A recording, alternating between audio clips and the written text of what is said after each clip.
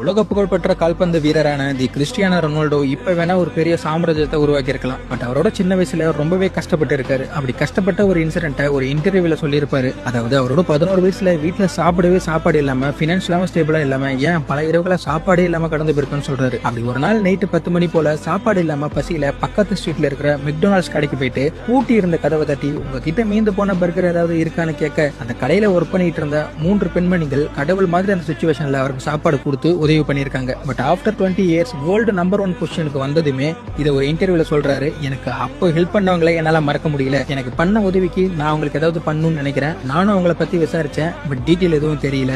இந்த இன்டர்வியூ மூலமாச்சும் அவங்களை கண்டுபிடிச்சா நல்லா இருக்கும்னு சொல்றாரு. தென் கொஞ்ச நாள்லயே 3 பெண்கள்ல ஒருத்தரான எட்னான்னு சொல்லப்படுற பெண்மணியை கண்டுபிடிக்கிறாங்க. கண்டுபிடிச்சு பல பரிசு பொருட்கள் கொடுக்குறாங்க. அண்ட் அது மட்டும் இல்லைங்க, ரொனால்டோ கஷ்டத்துல இருக்கும்போது தனக்கு சாப்பாடு போட்டு உதவுனதுக்கு கைமாற என்ன பண்ணார் தெரியுமா? ஸ்பெயின்ல ஒரு பெரிய ரெஸ்டாரண்டே கட்டி கொடுத்திருக்காரு ரொனால்டோ.